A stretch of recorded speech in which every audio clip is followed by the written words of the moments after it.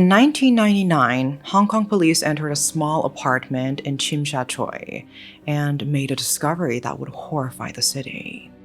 A woman's skull hidden inside a Hello Kitty mermaid doll.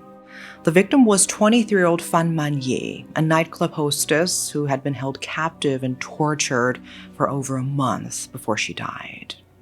This is not just the story of a brutal crime. It is the story of a world Fan lived in, a world shaped by poverty, crime, and silence. And to understand how this could happen, we need to start with the Hong Kong of the late 1990s. Let's begin.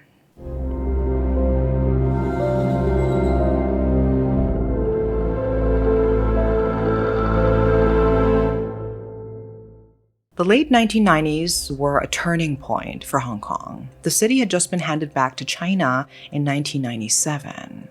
On the surface, everything looked vibrant. New faces, new cultures, new energy.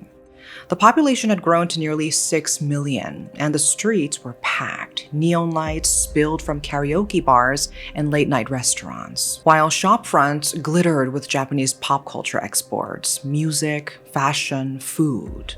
But behind the glow, there was unease. The skyline promised hope, but the alleys below told a different story. In districts like Tsim Sha Tsui, the nights were crowded with tourists, businessmen, hustlers, and triad members. Money moved quickly. Cash, drugs, favors. Everyone knew someone who lived in the shadows. The nightlife industry thrived here. Clubs weren't just about drinks and music. They sold companionship, escape, and the illusion of luxury. But behind the polished smiles, the reality was harsh. Hostesses worked long hours for little pay, surviving off tips, always at risk of harassment or worse. Many owed debts they could never escape. And in Hong Kong, debts weren't settled in courtrooms. They were settled in alleys with intimidation, humiliation, and violence. A single insult to the wrong person could mean a punishment that stayed with you for life. This was the Hong Kong where Fan Man-yee lived, a city full of opportunity and danger, where one wrong step could cost you everything. Born in 1976 in Shenzhen, she was abandoned and raised in an orphanage in Ma Tau Wai. There, the rules were clear. When you hit 15, you're out on the streets. No safety net, no exit plan. After leaving the orphanage, she lived on the edge, addicted to drugs, vulnerable, and without support. She turned to street prostitution, then worked in a brothel in Sham Shui Po. Fan also resorted to one-woman brothels, where she worked alone, advertised discreetly, and often faced threats from underworld figures if she fell into debt or crossed the wrong person. And drugs weren't just present, they were part of the infrastructure. Crystal meth, ice, was the drug of choice. It fueled the nightlife, kept people alive, numbed them when they needed to forget. By the early 2000s, it would dominate treatment centers. But in the mid-90s, it was already spreading fast through karaoke rooms, hostess clubs, and cheap subdivided flats. Addiction clouded judgment, fed paranoia, and made cruel decisions feel ordinary. In neighborhoods like Sham Shui Po, it was easier to find a pipe than a way out. And then there was the sex trade. Technically, selling sex in private wasn't illegal, but almost everything around it, brothels, solicitation, management, was. So the workaround became the one-woman brothel. A tiny flat, one locked door, one phone. No staff, no backup. Just a woman alone with a stranger. It was extremely dangerous. No witnesses, no protection, and no way out if the wrong man walked in. And Fan's path ran straight through those fault lines. In 1996, while working in Sham Shui Po, Fan met a man named Eng Qiyuan. He was one of her clients, older, streetwise, and like her, caught in the grip of Hong Kong's drug scene. Their relationship moved quickly, and within months, they were living as husband and wife. But what began as companionship soon turned into another trap. Both were addicted to methamphetamine, known locally as ice. The drug was cheap, easy to find in the nightlife districts, and it blurred the edges of reality. It also fueled tempers. Eng became violent, and arguments ended in bruises more often than in apologies. In November 1998, Fan gave birth to their son. Holding him in her arms, she decided she had to break the cycle. She left Eng, determined to quit the drugs and find safer work. So she traded the brothel for a hostess job in a karaoke club. Still in the nightlife world, but with the hope that she could keep her distance from the dangers she had known. But the nightlife came with its own chains. Hostesses made low base pay and depended on tips and client commissions. Rejection or debt could be deadly. In early 1999, Fan was accused, without proof, by a regular client named Chan Man-lok of stealing 4,000 Hong Kong dollars. She returned it immediately, but then he demanded 10,000 Hong Kong dollars, which was an impossible ask. And that's when her life took a devastating turn. To understand the danger Fan was in, you have to understand Wo, Hong Kong's oldest triad. Founded in 1930 in Shamshui-po, Wo is Hong Kong's oldest triad society. By the 1990s, it had entrenched itself in bars, karaoke lounges, prostitution, drug trafficking, extortion, human trafficking, and even legitimate fronts like minibus routes and secondhand electronics. In districts like Tsim Sha Tsui and Mong Kok, where Fan lived and worked, Wo's influence was silent but pervasive. They didn't need to flaunt their power, they administered it. By the late 90s, after the handover, Wo had evolved. The showy street fights were less common. Instead, they embedded themselves deep into the infrastructure of nightclubs and karaoke lounges, turning them into hubs for meth, sex work, debt collection, and quiet deals. In their world, owing money wasn't just a balance to settle, it was leverage. And humiliating a man connected to the triads wasn't something you could fix with repayment. You had to pay back in face, and that price was always higher. Enforcement wasn't a public spectacle. It was quiet meetings in back rooms, sudden bursts of violence in an alley, and messages sent without words spoken. Turf disputes flared and vanished overnight, the point made and the order restored. Even when bosses were arrested, the network never collapsed. It adapted, surviving through shifting crews and shared rituals, always plugged into whatever the city's night would buy. So basically, she wasn't being chased for 4,000 Hong Kong dollars. She had crossed into a system that ran on fear, debt, and public shaming. On March 17, 1999, that fear became real. Chan, two associates, and An Fong, a 14-year-old girl coerced into helping, snatched Fan from her home. So on that night of March 17th, Fan Man-yee was at her flat in Lai Yu Estate, Kwai Chung. She lived in one of Hong Kong's public housing towers, a place where the walls were thin but where neighbors often kept to themselves. In a city where minding your own business could mean the difference between safety and danger, no one asked too many questions. That night, the door opened to 4 figures: Chan Man-lok, the man who accused her of theft, Leung Wai-lun, and Leung Xing-cho, his associates, and a teenage girl, Ah Fong, only 14, but already entangled in Chan's world. Fan didn't resist. The group took her to 31 Granville Road, a narrow, aging apartment block in Tsim Sha Tsui. And inside those walls, the nightmare began. At first, they beat her for hours at a time, demanding the 10,000 Hong Kong dollars Chan claimed she owed. When it became clear she couldn't pay, the violence turned into something else, something far more cruel. They spoke about pimping her out, selling her body for profit. Then they dismissed the idea. What's the fun in that? One of them said. Instead, they chose to make her suffering into a spectacle. For the next month, Fan was treated as less than human. They beat her with metal bars, kicked her dozens of times until she collapsed. They raped her again and again, stripping away any shred of dignity. Her wounds were left untreated, sometimes smeared with spices, ground into her skin to heighten the agony. She was forced to eat things no human should. If she didn't smile, they punished her more. Torture became entertainment. They burned her legs and feet with melted plastic and hot wax so she couldn't walk, couldn't run. Food and water were inconsistent, sometimes withheld completely, other times replaced with filth. At first, she slept on a bed, then the floor. Eventually, they shut her inside a wooden wardrobe, crammed into darkness like an object stored away. The apartment was small, the air heavy with cigarette smoke and the smell of meth. Drug use wasn't just a habit here, it was a fuel for their sadism.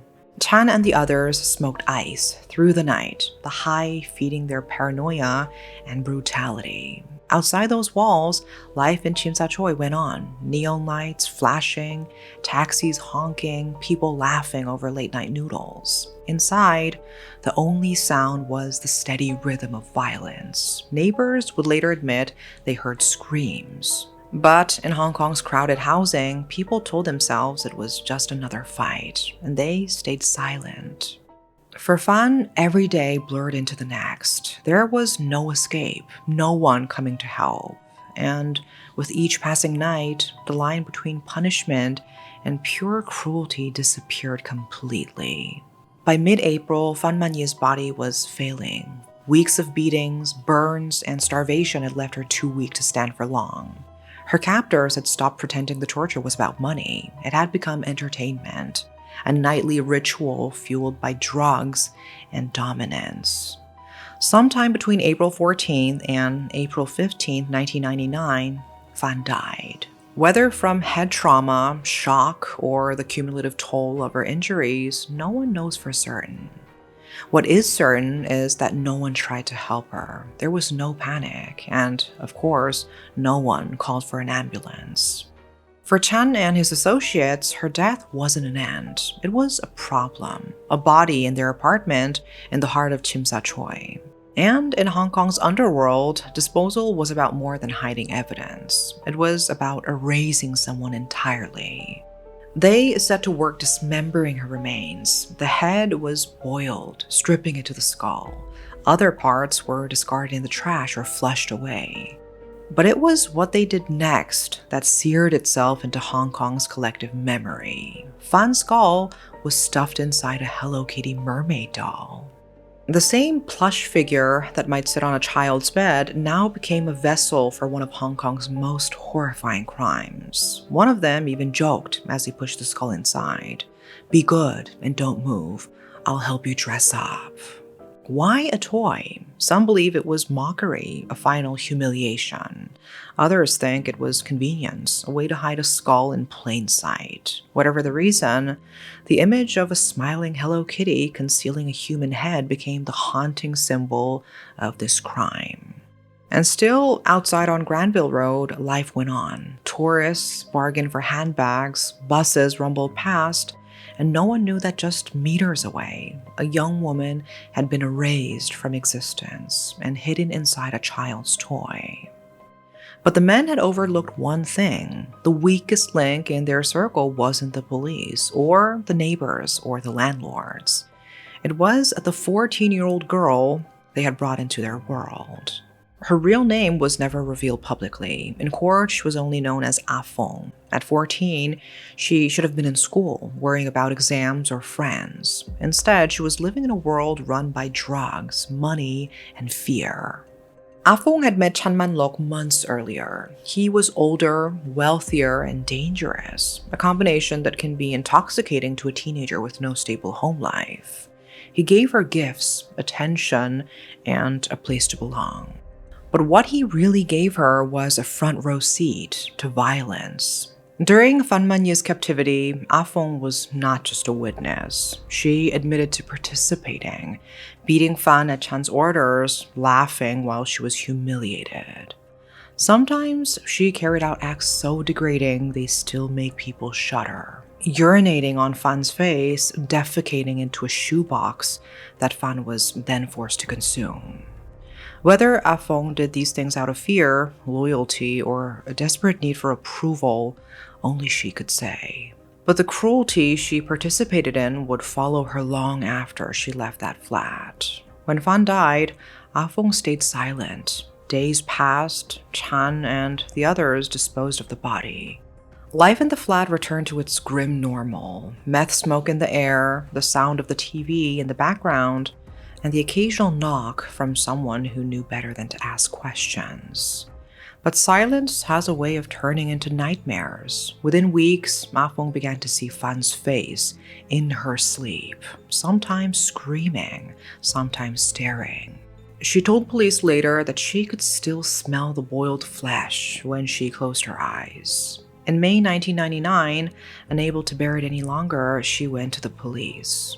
At first, her story was so horrific that officers thought she was making it up. But when she led them back to the apartment on Granville Road, the truth became impossible to deny. The skull and the Hello Kitty doll was still there. Pots and pans lay scattered around, some still smeared with blood. Outside, on the building's canopy, police found plastic bags stuffed with her remains. For weeks, police worked with what they had, running experiments to piece together who she had been. On June 3, 1999, her identity was finally confirmed through a photo overlay method at the Lockhart mortuary. The search for her killers began immediately. On May 27th, police arrested Chan Man-lok and his wife in Shekley Estate. The very next day, Leung Xing-cho turned himself in. But the youngest of the group, Leung Wai-lun, fled to mainland China. Months later, with the help of the Immigration Department and Chinese public security, he was tracked down and arrested in February 2000. The trial began in late 2000 at the High Court of Hong Kong. The defendants, Chan Man-lok, 34, a Washington triad member, Leung Xing-cho, 27, a restaurant worker, and Leung Wai-lun, 21, unemployed, faced charges of murder, illegal imprisonment, and preventing the lawful burial of a body. The prosecution laid out a timeline of abduction, a month of sadistic torture, death, and mutilation. Ah Fong took the stand, describing what she had seen and done inside that flat. Her testimony was so graphic, reporters later admitted they struggled to keep listening. But the defense fought back on one key point: intent. They argued that Fan's death wasn't premeditated, that she died not because they set out to kill her, but because weeks of abuse, fueled by drugs, pushed her body beyond its limits. They claimed it was manslaughter, not murder. The jury deliberated for 6 hours. On December 7, 2000, they delivered their verdict: guilty of manslaughter, not murder. All 3 men were sentenced to life in prison, eligible for parole in about 20 years. The courtroom was silent, not with relief, but with disbelief. The judges ruled there wasn't enough forensic evidence to prove how Fan had died, only that she had endured abuse beyond imagination.